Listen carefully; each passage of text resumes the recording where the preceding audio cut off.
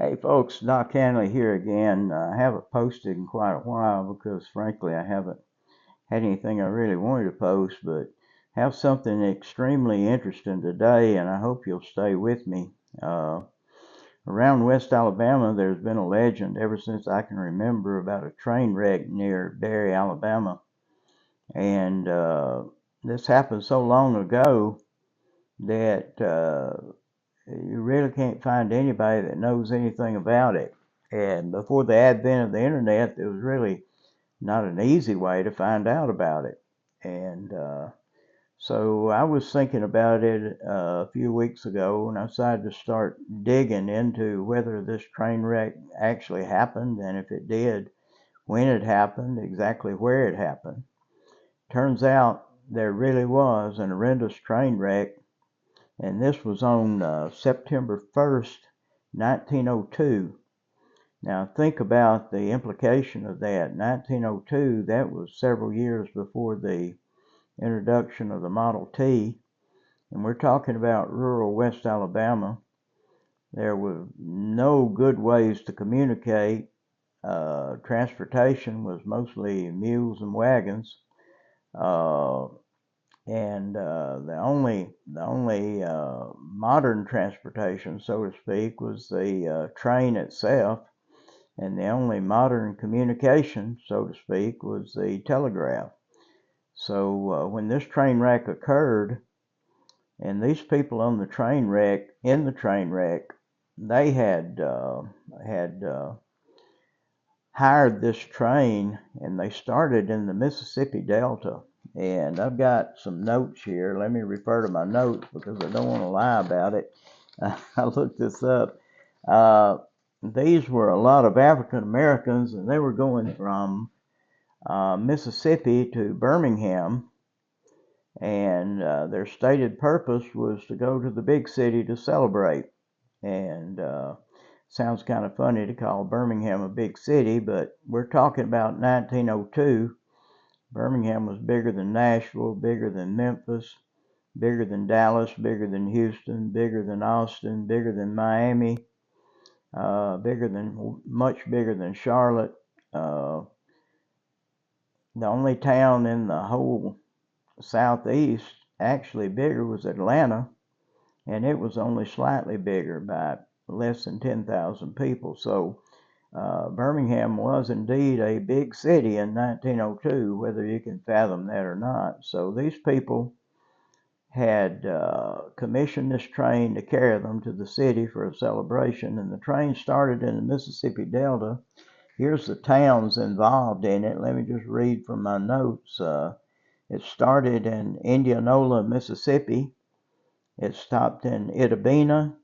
It stopped in Moorhead, in Greenwood, in Carrollton, in Winona, Eupora, and West Point. And by the time it got to Columbus, the train was full. So they had to add some more cars in Columbus. This train was jam-packed with people going to Birmingham, Alabama. And they obviously were in a holiday mood and not nearly suspecting the tragedy that awaited them. And according to news articles that I found in archives related to the wreck, there were about 80 people injured.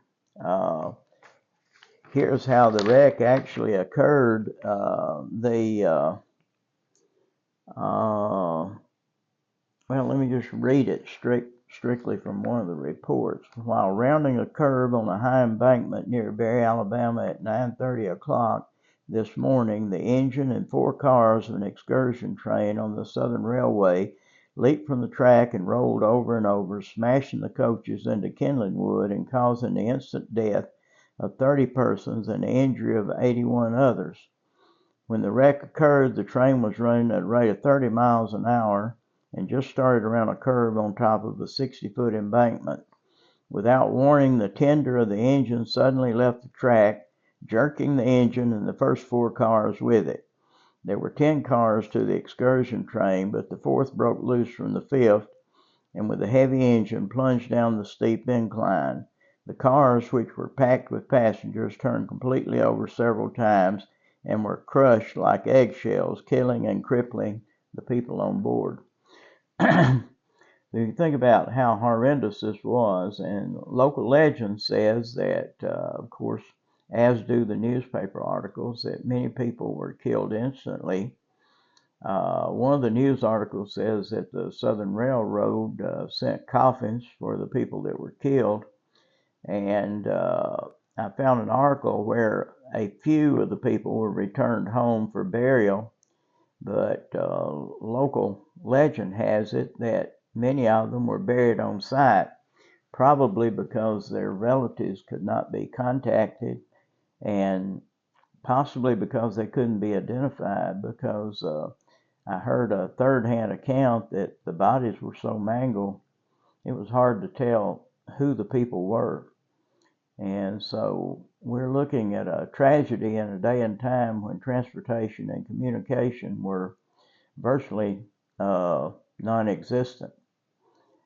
So anyway, I started discussing this on the internet, and a friend of mine that I went to high school with said that back in the 60s, 1960s, when he was in high school, he would walk home along that railroad track, and he knew an old person, and I can't remember who the old person was. He told me an old person who had witnessed the wreck site.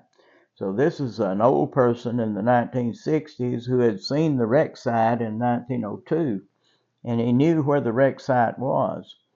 And that's the first person I've ever encountered who actually knew where the wreck site was. So this friend of mine went with him. He showed him where it was.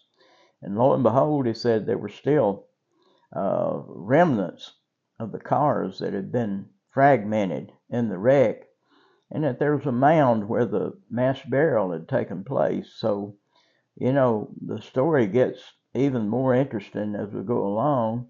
And to top it all off, he lived about, I would say, 2 to 3 miles out of Berry, and he would walk home on the railroad track because it was more convenient than walking down the highway. But the last time he walked down the railroad track, he had an eerie experience, and this was kind of an otherworldly sort of thing, and I won't spill the beans on what all he said, but it's the kind of thing that make you not want to walk on that railroad track again. So anyhow, he and I talked back and forth, and I asked him if he would be willing to lead an expedition to the wreck site, and he said that he would, although he hadn't been there in over 60 years, or almost 60 years, I'd say, between 50 and 60 years. So I put it on the internet, and I was swamped with people who wanted to go along, and we're going to do it a little later on. The weather's kind of rotten right now, and I'm tied up with some commitments right now, but as soon as I get clear and we can set up a date and time, we're going to lead an expedition to that wreck site.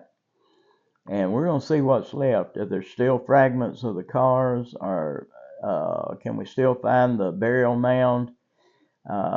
This is going to be quite an experience. And of course, I told him if anybody turned out to be disappointed because there were no hauntings at the site, we'd invite them to go back at midnight when there's a full moon and see how they like it there then. So anyhow, I don't want to go there at midnight. But anyway, we'll be going there, and we're going to see what we find there. And I've always been fascinated with that story. It's quite a story and really fascinating, and I'm just looking forward to seeing what we can find, if anything. And I don't know if we'll drive down the railroad track, parallels the highway. It's about 500 feet off the highway, so I don't know if we'll go down the highway and hike across the boonies to the railroad track, or if we'll just walk down the railroad track. It's about a mile and a half from the town of Berry, so probably we'll just walk down the railroad track, because someone told me that the vegetation between the highway and the railroad track is kind of tough in that area, but we'll see. We'll check it out. We'll go however is best. And what I'm going to do is notify the people on my Facebook page that have expressed an interest. I'll notify them by posting a message on my original post and posting a new message as well, and asking anybody that knows anybody that's interested to tell them. What I suspect that we'll do is meet up at a certain point and then hike over to the site. And I'm hoping that there'll be people with good cell phones who can make videos of the excursion. My cell phone, I don't know, sometimes it does well on an excursion, and sometimes it doesn't. But I'll be making some still photos at the very least. And so I hope in a future post to let you know what we found and how the people that went reacted. And it's just going to be an interesting outing. And of course, tragedies of this magnitude are horrendous.